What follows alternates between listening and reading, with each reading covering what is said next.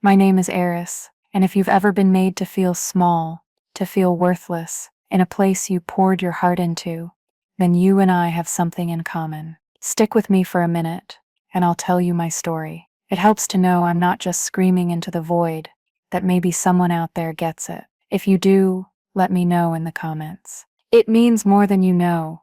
The air in the lobby of the Vanguard Tower always smelled of money and ambition. It was a sterile, cold scent, a mix of imported marble, ozone from the humming security gates, and the faintest, most expensive floral arrangement that was replaced every 48 hours. It was the smell of success, or at least the smell of what people who chase success thought it should be. This building was the crown jewel of Athelred Vanguard Architects, or AVA, the high-flying firm where I had, until about 5 minutes ago, worked as a junior project manager. Today, that cold, sterile air was thick with something else, my public humiliation. Morgan, my supervisor and the firm's golden boy, stood before me, his chest puffed out like a pouter pigeon. His voice, a smooth baritone he usually reserved for charming clients, was now a weapon, sharp and loud, designed to echo off the polished stone and into the ears of every intern,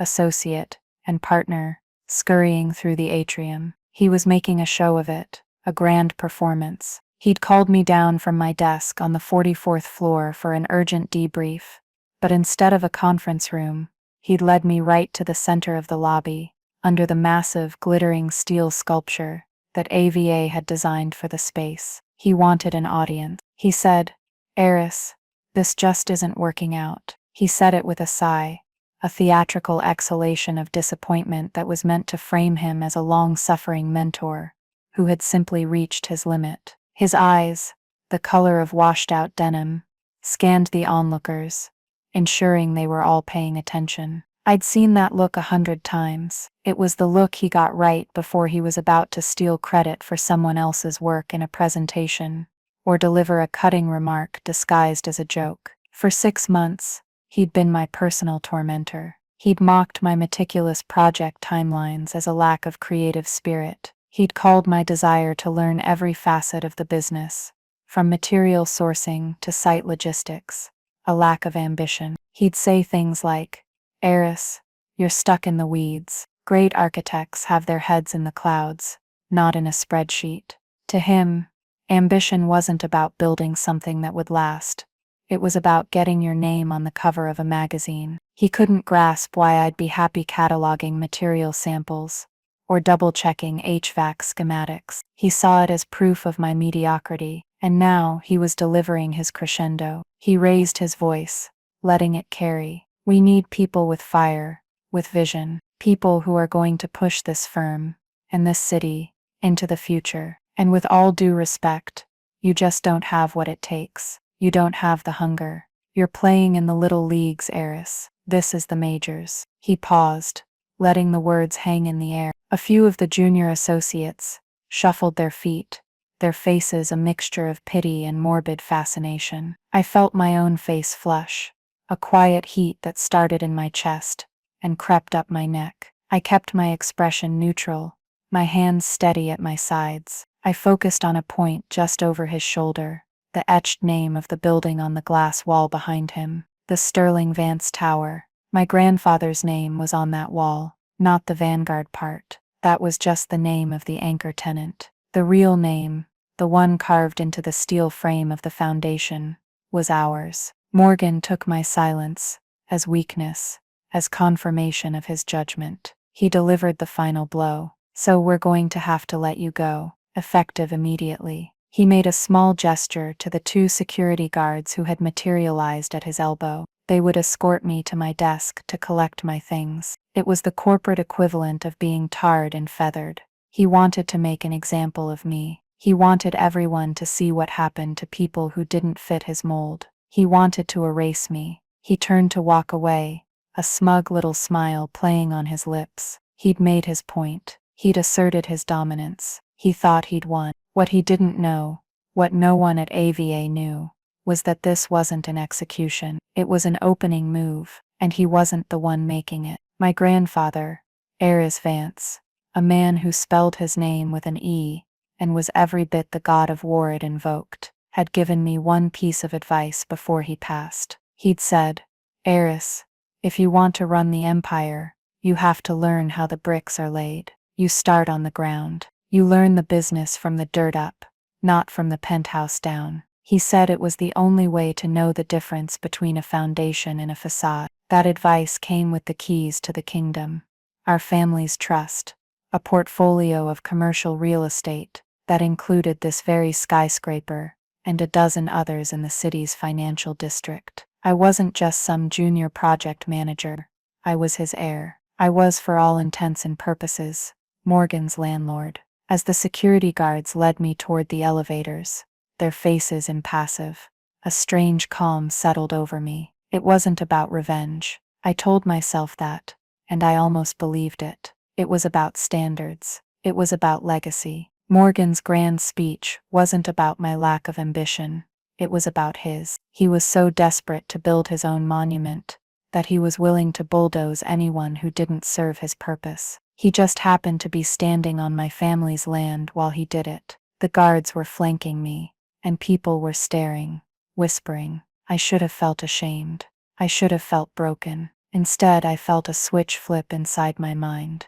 The shock was already hardening into something else, something cold and clear. Resolve. I pulled out my phone. My first call wasn't to a headhunter or a lawyer. It was to a number I knew by heart, the number for the Vance Sterling Property Group. I wasn't calling to cry. I was calling to give an order. It was time to inform our property management team that we would be initiating a lease termination for our loudest, most problematic tenant. It was time to teach Morgan a lesson my grandfather would have appreciated. You can't have your head in the clouds if you no longer have a building to stand in. The walk from the elevator to my desk on the 44th floor was the longest walk of my life.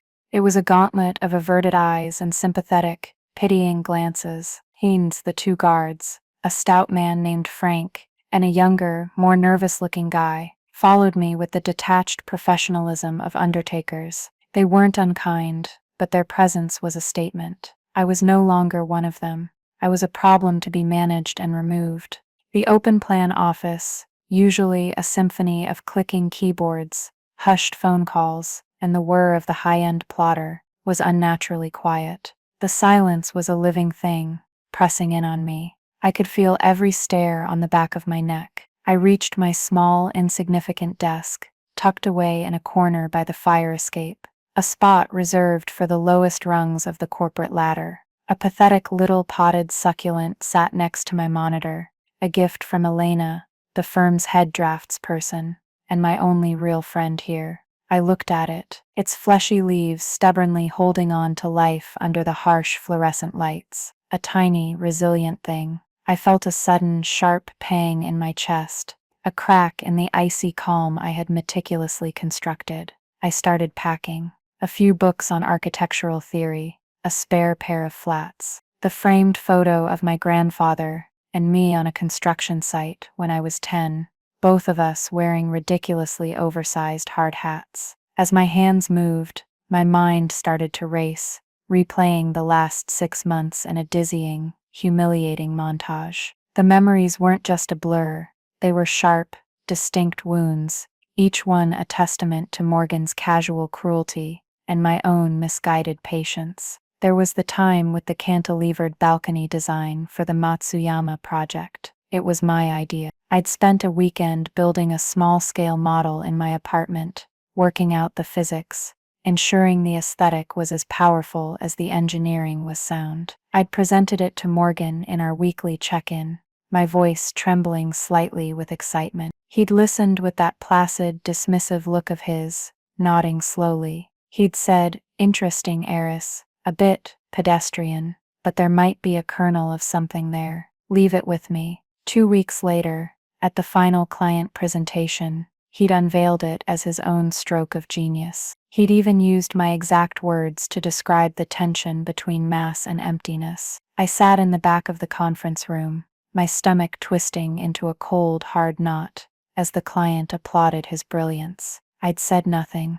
I'd told myself it was for the good of the project. It was about the work, not the credit. That's what my grandfather would have wanted, right? The building comes first. I remembered the dinner with the city planners. Morgan had insisted I come along, saying it was a good learning opportunity. But for the entire meal, he'd treated me like a prop. He'd interrupt me every time I tried to speak, answering questions directed at me with a patronizing, "Hey, what heiress means to say is," and then he'd rephrase my point in a way that made it sound like his. The worst part was when one of the planners, a sharp woman named Director Singh, had asked a technical question about zoning variances that I had spent weeks researching. Before I could even open my mouth, Morgan had laughed and said, "Oh, don't worry about that.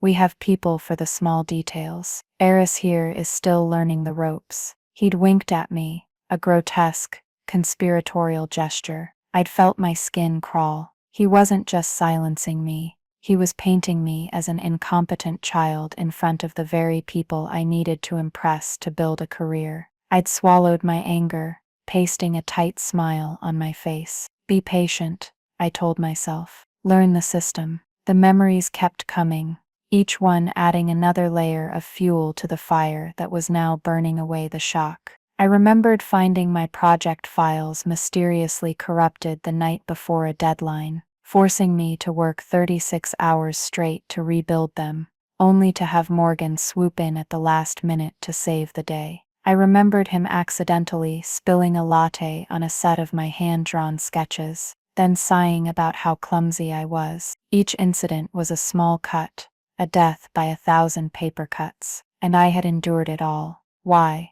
The answer was sitting on my desk, half hidden under a stack of blueprints. A worn, leather-bound copy of Marcus Aurelius's Meditations. It was my grandfather's. He'd given it to me the day I graduated from architecture school. He'd underlined a single passage: "The impediment to action advances action. What stands in the way becomes the way." He'd told me that every obstacle was a lesson in disguise. Every frustrating boss, every failed project, every setback. They weren't roadblocks.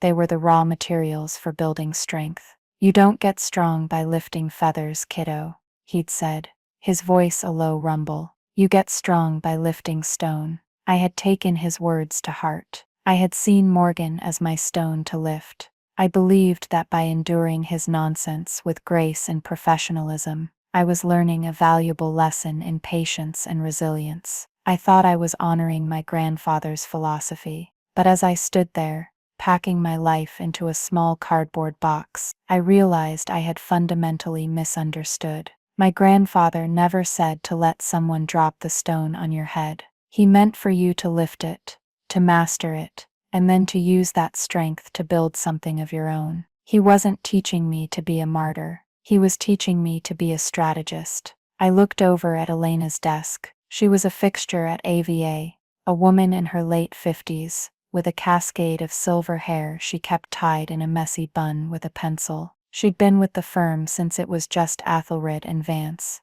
long before Morgan's father had bought into the partnership and turned it into the corporate behemoth it was today. She had known my grandfather. On my first day, she'd looked at me, her sharp eyes taking in my face, and said, "You have Eris Vance's hands, practical, strong." I hadn't told her who I was, but I think she knew, or at least, she suspected. Throughout my time here, she had been a silent well of support. She'd leave a cup of tea on my desk when she saw me working late. She'd quietly point out a flaw in a supplier's spec sheet before it became my problem. She never said anything about Morgan, but the look in her eyes when he was on one of his tirades was a mixture of contempt and exhaustion. She had seen men like him come and go.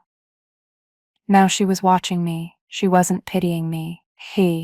Her expression was hard, almost angry. As I taped up my box, she walked over, pretending to inspect a drawing on a nearby table. She didn't look at me, but she spoke in a low, firm voice. "He's a fool, Eris. He thinks the strength of a building is in the gloss of the finish. Your grandfather knew it was in the quality of the rebar. Don't let this break you." I looked at her, and for the first time, the dam of my composure almost broke. I just nodded.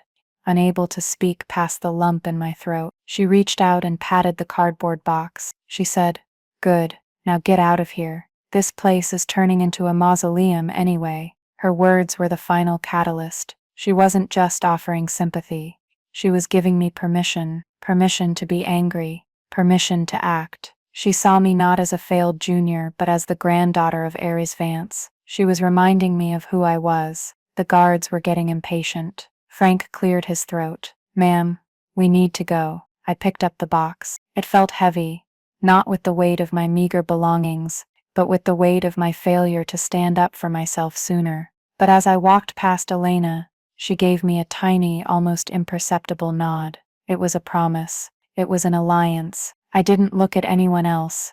As I walked back to the elevators, the doors slid shut, sealing me inside the mirrored box, my reflection staring back at me, flanked by the two guards, the box in my arms, the potted succulent peeking out over the top. It looked absurd. I looked absurd. The quiet hum of the elevator was the only sound. The descent from the 44th floor felt like it was taking an eternity and no time at all. Each floor we passed was a layer of my old life being shed. 43, 42, 41, down, down, down, back to the ground, just as my grandfather had advised. The doors opened into the cavernous lobby again. The lunchtime rush was over, and it was quieter now. Morgan was gone, probably back upstairs, basking in the glow of his own perceived power. I walked across the marble floor, my sensible flats making no sound. I didn't look back. I pushed through the heavy glass doors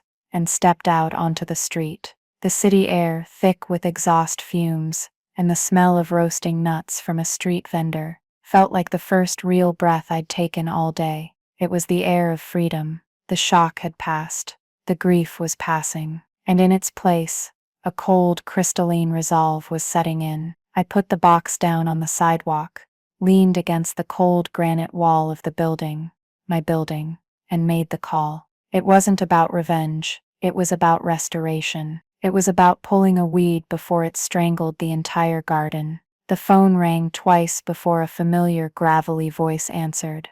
"Mr. Sterling, the man who managed my family's empire," I said.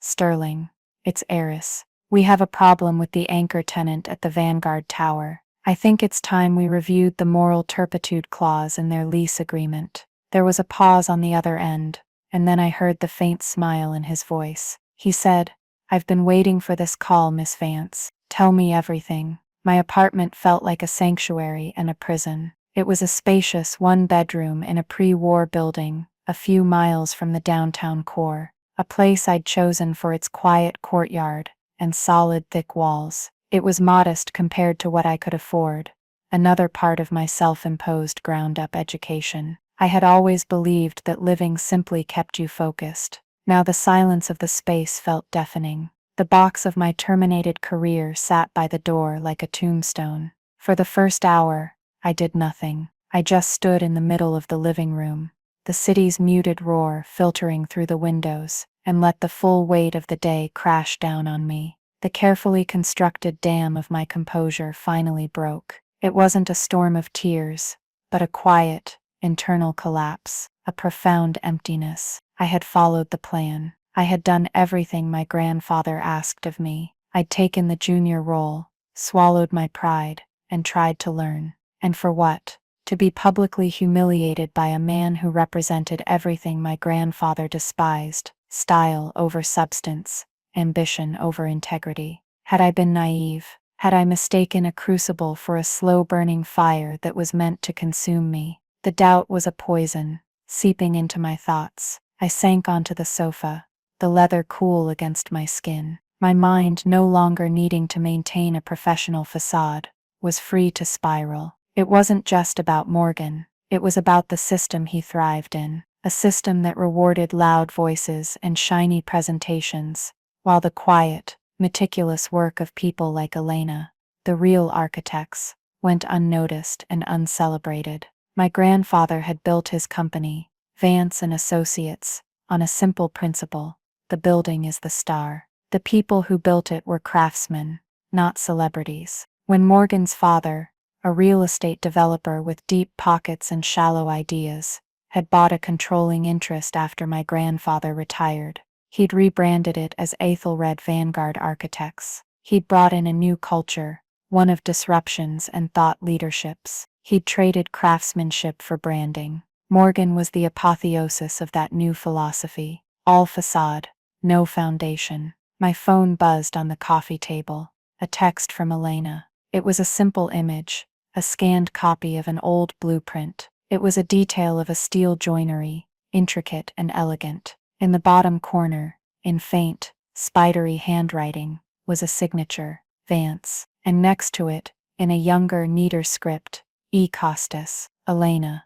She had worked directly with him. This wasn't just a message of support, it was a reminder of my lineage. It was a call to arms. Seeing that blueprint, seeing their names together, jolted me out of my stupor. The doubt began to recede, replaced by a current of purpose. My grandfather's plan wasn't for me to just endure, it was for me to understand, to see the system from the inside, to identify its weaknesses, its vulnerabilities, its pressure points. I had spent 6 months not just learning project management, but performing reconnaissance. I knew which clients were loyal to the AVA brand, and which were loyal to the results that people like me and Elena delivered. I knew the firm was financially over-leveraged, pouring millions into a disastrous expansion into the Asian market that Morgan was spearheading. I knew their lease in the Vanguard Tower was their single biggest operational expense and their most valuable marketing tool.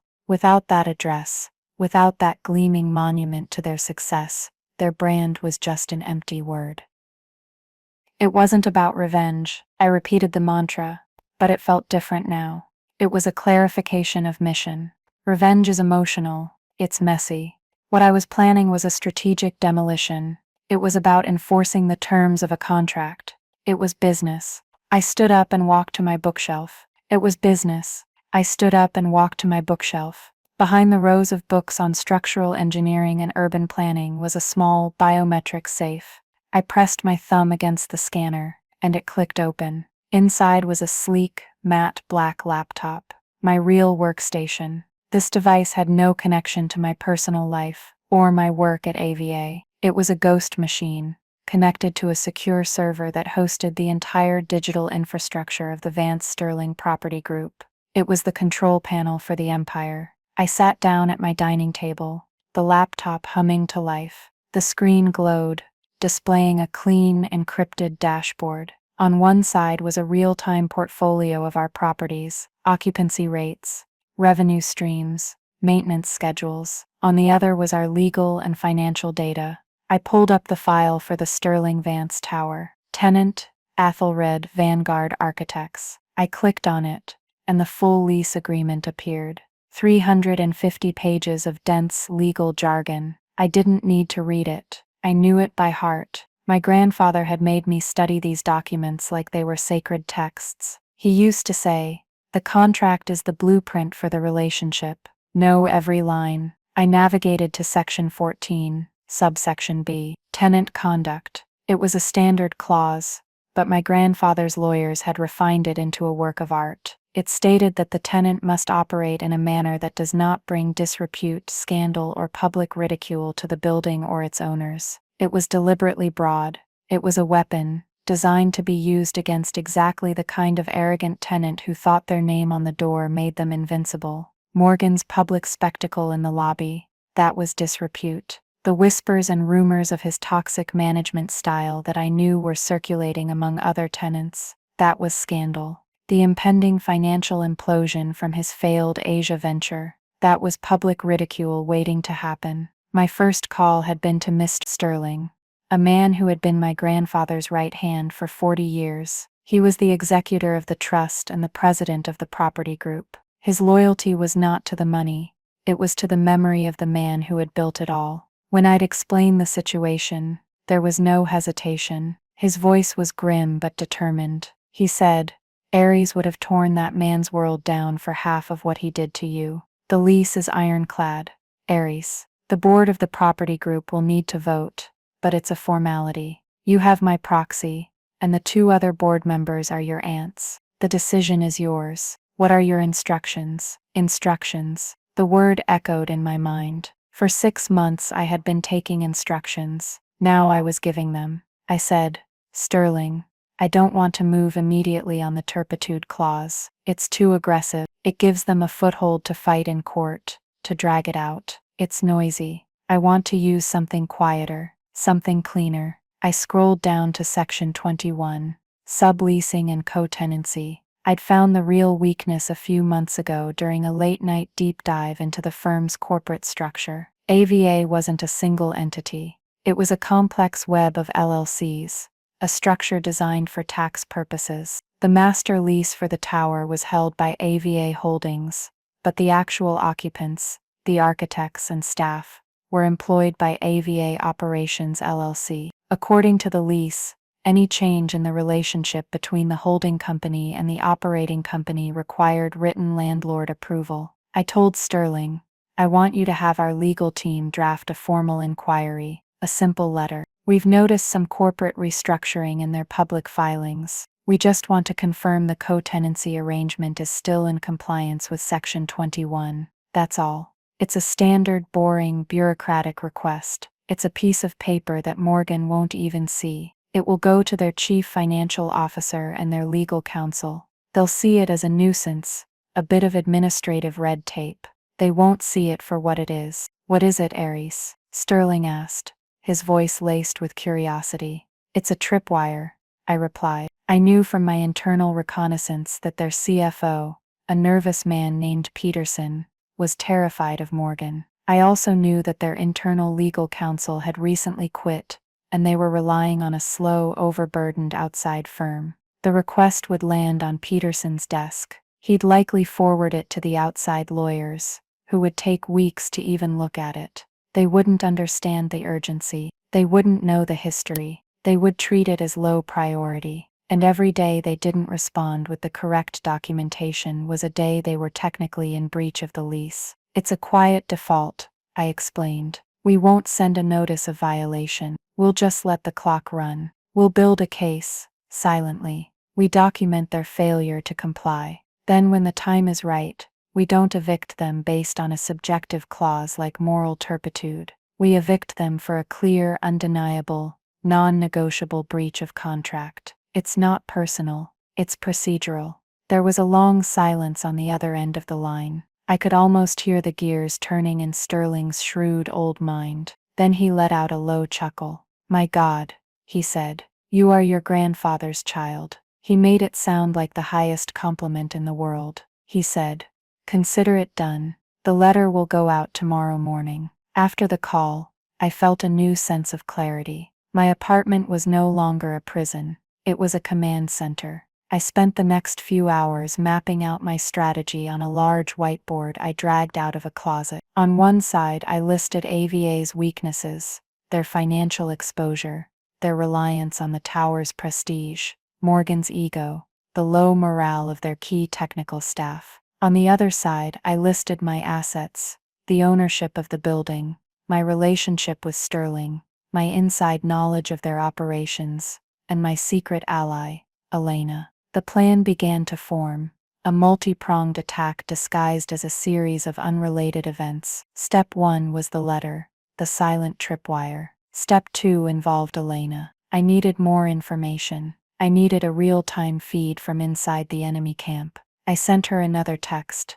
Can you talk? A minute later, my phone rang. Her voice was tense. Are you okay, Aries? I'm better than okay, Elena. I'm working. I need your help. She didn't hesitate. Anything. That man is a cancer in a good suit. What do you need? I need to know about the firm's other properties, I said. Their satellite offices. Do they have a contingency plan if there was ever an issue with the main tower, a disaster recovery site? She laughed, a dry, humorless sound. A contingency plan, Aris. Morgan thinks planning is a sign of weakness. He believes in failing forward.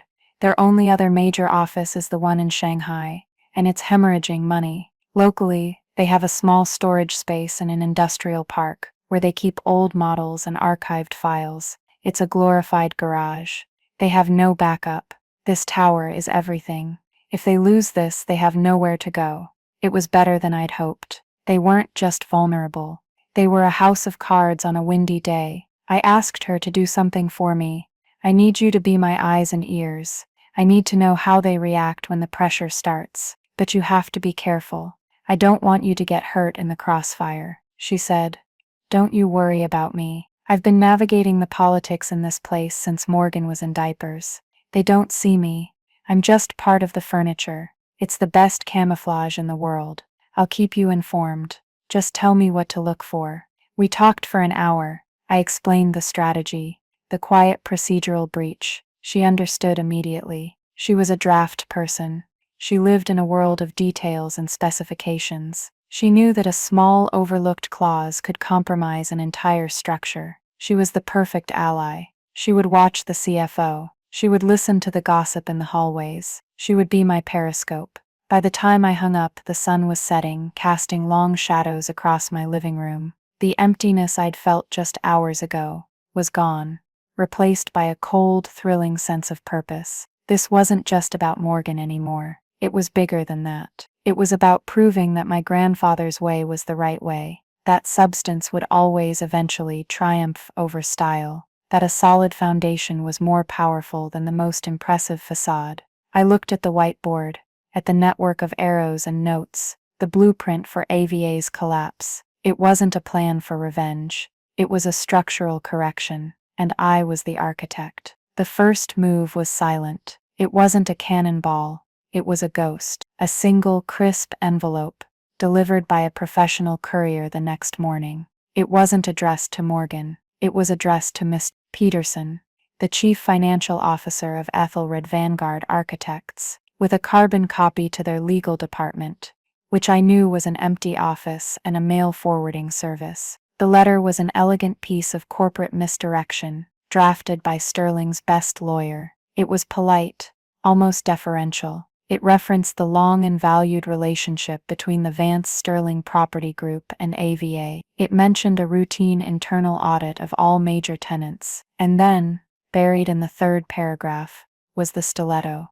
Pursuant to Section 21B of your lease agreement, we kindly request updated documentation confirming the co-tenancy and subleasing structure between AVA Holdings and its various operating entities. Please provide these within the standard 30-day response window. It was a masterpiece of bureaucratic warfare. It used words like kindly and routine to mask its true intent. There was no threat, no accusation. It was just a simple, boring request for paperwork. A request I knew they would be unable, or at least unwilling, to fulfill quickly and correctly. My communication with the inside was a secure, encrypted messaging app that Elena and I had set up. I didn't have to wait long. That afternoon, a message from her appeared. The letter has landed. Peterson has it. He read it 3 times. His face looks like he swallowed a lemon. He put it in his to-do pile. Perfect. He didn't see it as a threat. He saw it as an annoyance. He would procrastinate.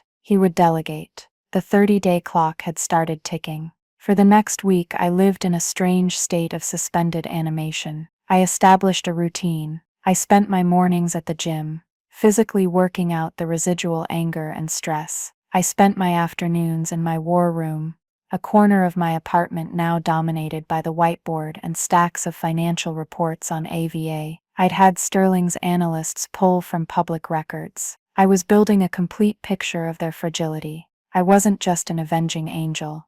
I was a scholar of my enemy's weakness. It wasn't about revenge, I told myself, as I highlighted another line item showing their dangerously low cash reserves. It was about risk management. Elena's messages became my daily fix, a drip feed of information from behind enemy lines. Day 4. Peterson hasn't looked at the letter again. He spent all day in meetings about the color palette for the new Shanghai office lobby. Day 7. Morgan threw a fit because the espresso machine in the break room was using the wrong brand of artisanal beans. No one is focused on anything that matters. Day 12. Peterson mentioned the landlord letters to Morgan in passing. Morgan waved his hand and said, "Delegate it to legal. That's what we pay them for. He thinks it's a nuisance, just like you predicted." They were walking right into the trap. Morgan's arrogance was my greatest ally. He was so focused on the view from the penthouse that he never thought to check the foundation. He was a man who lived in the world of grand gestures and bold statements, a world of noise. He couldn't comprehend a threat that arrived in a quiet envelope. On day 15, the halfway point, I initiated the second phase of the plan. This one was more subtle. The Vance Sterling Property Group managed dozens of high-end buildings. We had a network of contacts throughout the city's business community. I had Sterling make a few quiet phone calls. He spoke to the heads of 2 other major architecture firms, rivals of AVA. He didn't mention me. He didn't mention the lease. He just planted a seed. He'd say something like, "I'm just curious, John. Have you heard anything on the street about AVA? We're hearing some whispers about their financial stability. Just doing our due diligence as a property owner." It was the corporate equivalent of starting a rumor in a high school cafeteria. It was deniable, untraceable, and incredibly effective. The world of high-end architecture is a small, incestuous one. Reputation is everything. A whisper from a man like Sterling was as good as a headline in the Wall Street Journal. The narrative would begin to shift. AVA, the untouchable titan, might have a crack in its armor. On day 22, Elena sent a message that made my heart beat a little faster. Panic. That's the only word for it. The CFO from a rival firm called one of our senior partners to check in. Asked some very pointed questions about the Shanghai project. Now everyone is whispering. Morgan is furious. He's storming around the office, demanding to know who is leaking information. They were feeling the pressure, but they were looking for the source in the wrong place. They were looking for a traitor in their ranks. They couldn't imagine the threat was coming from the very ground beneath their feet.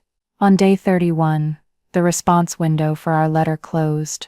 As expected, there had been no formal reply. They had missed the deadline. They were officially in default. I had a phone call with Sterling and our lead counsel. The lawyer was practically giddy. He said, "Miss Vance, this is a legal dream. It's a clean break. No ambiguity. We can have a formal notice of lease termination on their desk in 24 hours. They'll have 90 days to vacate the premises." I told him to wait. The timing wasn't right. A quiet default was a powerful weapon, but it was still a hidden one.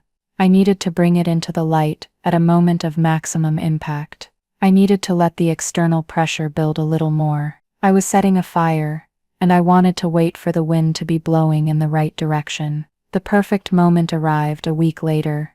Elena sent me a link to a prominent online architecture magazine. The headline read, "Ethelred Vanguard Architects wins prestigious Global Spire Award for Matsuyama Tower. My balcony, my design." The article was a fawning profile of Morgan praising his visionary genius and his bold, uncompromising aesthetic. It featured a large, glossy photo of him standing on that very balcony, the city skyline behind him looking like the king of the world. Rage, pure and hot, surged through me. All my carefully constructed calm, all my mantras about this not being personal, evaporated. He hadn't just stolen my work.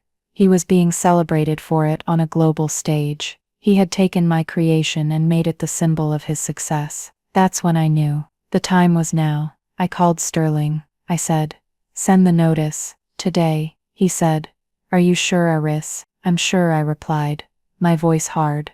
"And I want you to do one more thing for me. I want you to leak it." "Leak it?" Sterling asked, a note of caution in his voice. "That's not usually how we operate." "I know," I said, "but Morgan operates on noise and perception, so we're going to give him a taste of his own medicine. I don't want the official notice to be the first way he hears about this. I want him to read about it. I want him to be blindsided, just like I was." I gave him the name of a freelance journalist I knew, a guy who wrote a widely read, gossipy industry blog. I said, "Give him the exclusive. Frame it as a shocking development. Real estate titan of X, star architecture firm from iconic tower over contract dispute. Let the narrative be public, before the paperwork is even delivered.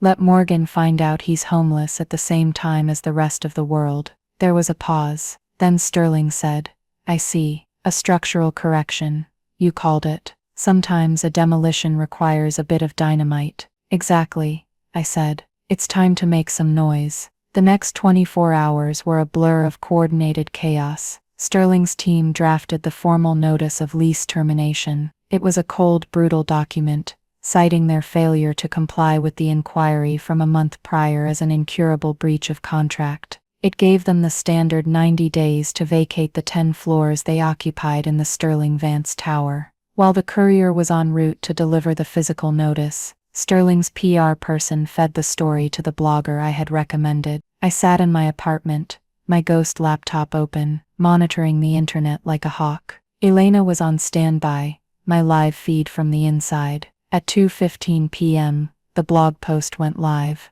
The headline was even more dramatic than I had pitched. Tower War Vanguard Architects Faces Eviction from Own HQ. The article was brutal. It detailed the procedural default, making AVA's legal team sound incompetent. It hinted at the whispers of financial instability that Sterling had so carefully seeded. It painted a picture of a firm in turmoil, an empire beginning to crumble. 10 minutes later, my phone buzzed with a message from Elena. Holy hell, the link is flying around the office email. Everyone has seen it. Morgan just came out of his office. I've never seen his face that color. It's like a tomato in a suit. Another message. A minute later, he's screaming. At Peterson, at his assistant. He's yelling.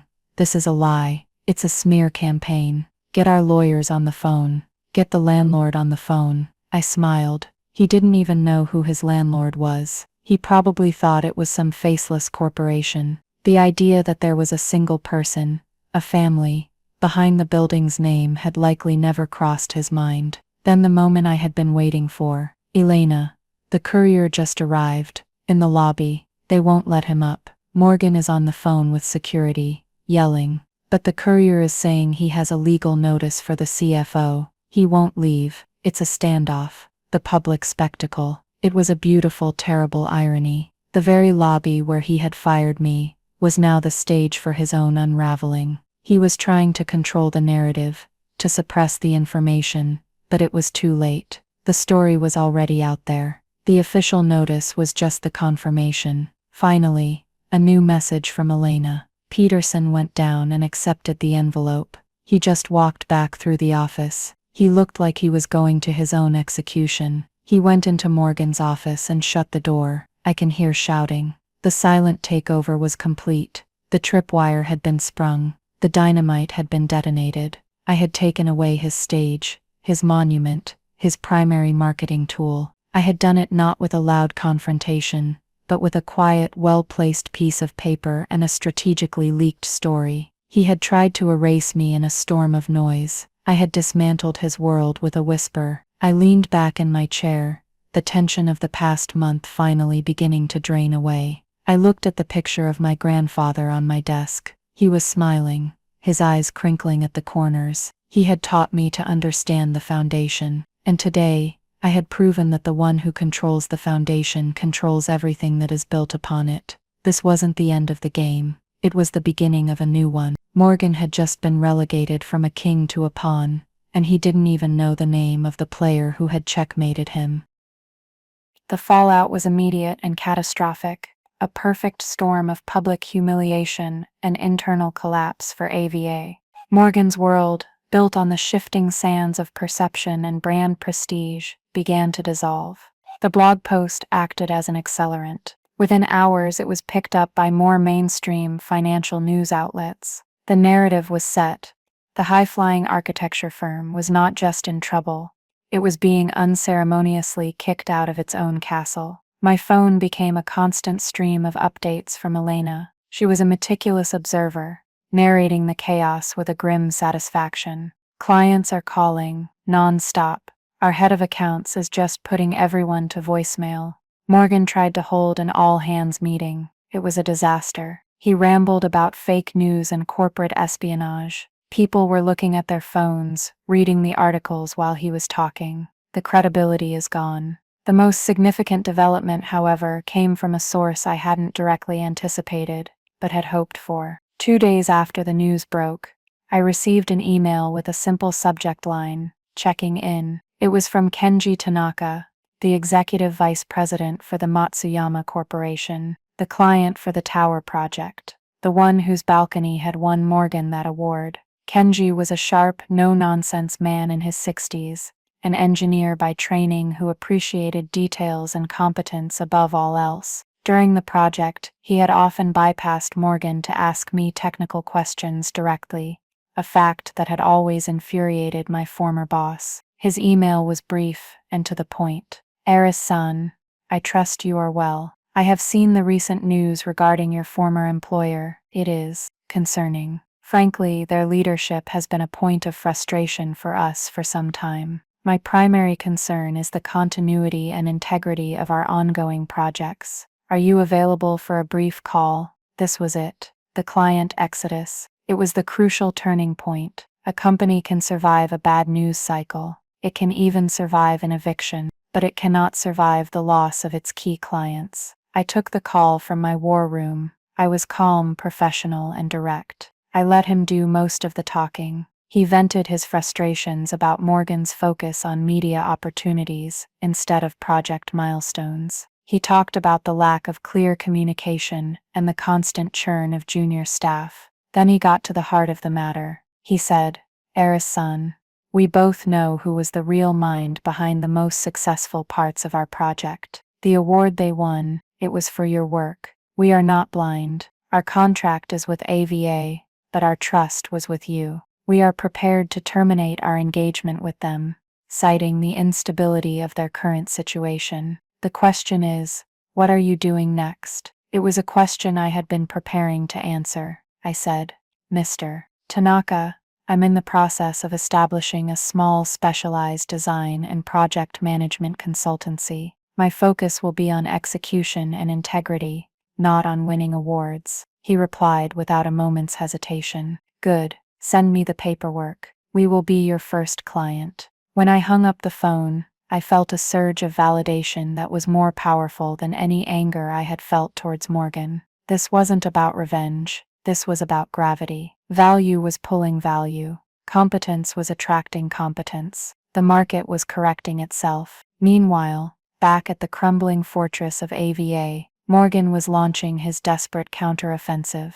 Having finally figured out from his lawyers that the Vance Sterling Property Group was the entity evicting him, he still hadn't made the connection to me. He saw it as an aggressive move by a faceless real estate conglomerate. His first move was a threat. Sterling received a blustering letter from AVA's outside counsel, threatening a massive lawsuit for unlawful termination and commercial defamation. Sterling forwarded it to me with a one-word comment: amateurs. Our legal position was unassailable. The breach of contract was clear, documented, and undeniable. Our leak to the press was legally protected speech about a matter of public interest. Their lawsuit had no merit, and they knew it. It was a scare tactic, a noisy, desperate bluff. Sterling's legal team responded with a two-sentence letter that simply stated, "We refer you to Section 21(b) of the signed lease agreement. All further communication should be directed to our counsel."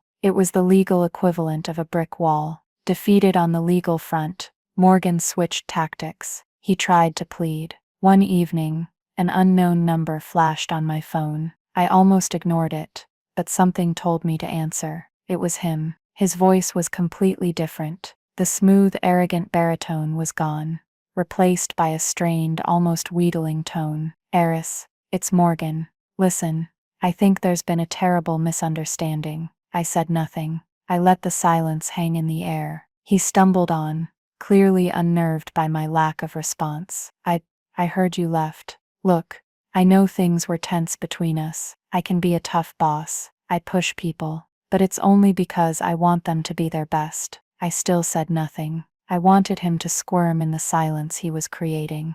"The reason I'm calling," he continued, his voice cracking slightly, "is that the firm is prepared to make you a new offer, a significant one. We want you to come back, as a senior partner. You can name your salary. You'd have your own team, autonomy, everything. We value you, Eris. We always have." The hypocrisy was so staggering it was almost comical. The man who had publicly declared I didn't have what it takes was now offering me a partnership. He wasn't doing it because he recognized my worth. He was doing it because he was drowning and thought I was a life raft. He probably thought I had a special relationship with the Matsuyama Corporation and could bring them back into the fold. He still didn't get it. He didn't understand the nature of the game or the power I now held. I finally spoke, my voice calm and even. I said, "No thank you, Morgan."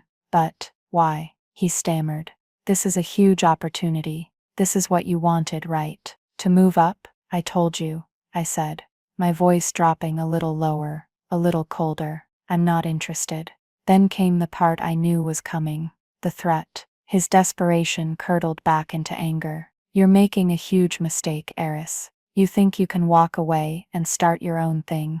I'll bury you. I'll make sure you never work in this city again." It was the same line he had used on me before, the same empty threat from a man whose power was evaporating like mist. I took a slow breath. I said, "Morgan, you don't seem to understand the situation. You can't bury me. You're standing in my basement." There was a dead silence on the other end of the line. I could hear the faint sound of his breathing. The gears were turning in his head, trying to process what I had just said. "My basement? What are you talking about?" "My name is Eris Vance," I said, letting each word land with quiet precision. "My grandfather was Eris Vance. The Sterling Vance Tower is my family's property. I am your landlord." The silence that followed was the most satisfying sound I had ever heard. It was a silence born of pure, unadulterated shock. The sound of a man's entire reality being shattered in a single moment. I could picture his face, the smug arrogance melting away into dawning horror as he finally understood. He had been fighting a ghost, threatening a god, and belittling the one person on earth he should have been trying to impress. I didn't wait for him to respond. I didn't need to hear him beg or curse. My point was made. I ended the call. The power shift was complete. He had tried to take my career. Instead, I had taken his building, his biggest client, and his last shred of dignity. And the most beautiful part of it all, it wasn't about revenge. It was about consequences. The final confrontation wasn't what I expected. I had imagined a dramatic showdown in a boardroom, a final, cutting remark delivered across a polished mahogany table. But reality, as it so often does, was quieter and far more pathetic. 2 weeks before AVA's 90-day deadline to vacate, Sterling called me. He said, "Morgan Athelred is requesting a meeting with you. He's using his father's connections to pressure me. He's desperate. You don't have to take it." I thought about it for a moment. My first instinct was to say no. Why should I give him another second of my time? But then I realized this was a necessary final step. It wasn't for him. It was for me. It was about closing the circle, not with anger but with finality. I agreed, but on my terms, neutral ground. A small, anonymous coffee shop in a neighborhood neither of us frequented. No lawyers, no assistants, just us. He was already there when I arrived. He looked terrible. The tailored suit was slightly rumpled. His face was pale and drawn, with dark circles under his eyes. The cocksure swagger was gone, replaced by the hunched posture of a defeated man. He looked smaller, weaker. He stood up when I walked in, a gesture of deference that was so out of character it was jarring. He stumbled through a preamble, something about wanting to clear the air. Then came the inevitable, desperate plea. "Eris, Miss Vance, please, you can't do this. My father built this firm. My entire life is tied up in it. If we lose the tower, we lose everything. We'll be ruined."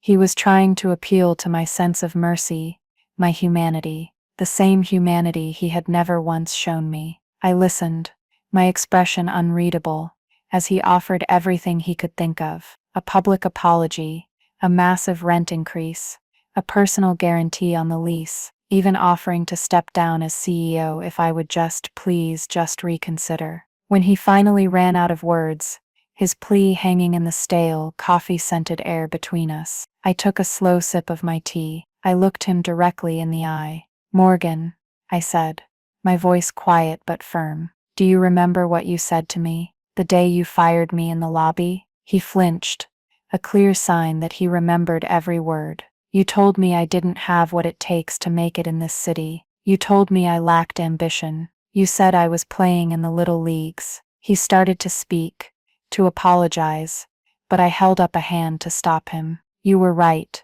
I continued, about one thing. I realized I didn't have what it takes to make it in your city, the city of noise, and ego, and taking credit for other people's work. So I decided to do what my grandfather taught me to do. I decided to build my own. His face fell. He finally understood. There was no deal to be made. This wasn't a negotiation. It was a sentencing. I stood up, leaving my half-finished tea on the table. It wasn't about the money, Morgan. It was never about the money. It was about the fact that you built your career in my family's house, and you showed it no respect. You mistook the foundation for a doormat. Foundations are important. They're what hold everything up. I turned and walked away, leaving him sitting there amidst the clatter of coffee cups and the low murmur of strangers. I didn't look back. There was no triumph in my heart, no thrill of victory, just a profound, quiet sense of balance restored, of a debt being paid. Vindication wasn't a hot, fiery emotion. It was cold and clean and absolute. The next day, Elena sent me her letter of resignation. She wasn't the only one. Over the next week, 5 of AVA's most talented senior drafts people and technical architects, the quiet workhorses who had been holding the firm together for years, also resigned. They all came to me. Our new venture, which I named Vance and Associates in honor of my grandfather, had its core team. We didn't have a fancy office yet, just a shared workspace with good coffee and a lot of natural light. But we had the Matsuyama contract, and a team built on mutual respect and a shared belief in the work itself. The final nail in AVA's coffin came a month later. I saw it in an industry newsletter. Morgan Athelred has stepped down as CEO of Athelred Vanguard Architects, effective immediately. The board has appointed an interim leader to oversee a major corporate restructuring. The firm would eventually survive, but as a shadow of its former self, a smaller, chastened entity that had to move its headquarters to a generic office park in the suburbs. They had lost their name, their prestige, and their soul. Morgan was gone, removed not by my hand, but by the consequences of his own failure. He had been weighed, measured, and found wanting. My new office is small. The view isn't of the entire city skyline, but of a quiet, tree-lined street. On my wall there isn't a gallery of awards.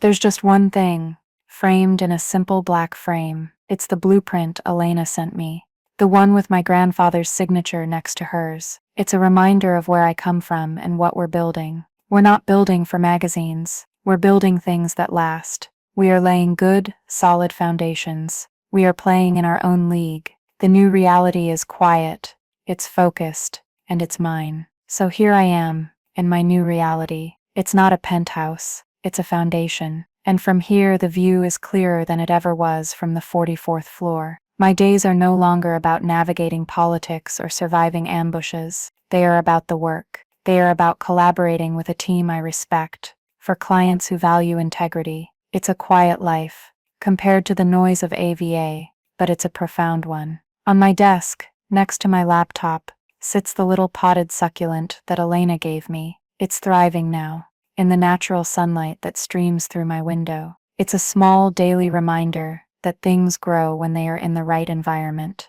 We all do. My grandfather's real lesson wasn't just about starting from the ground up.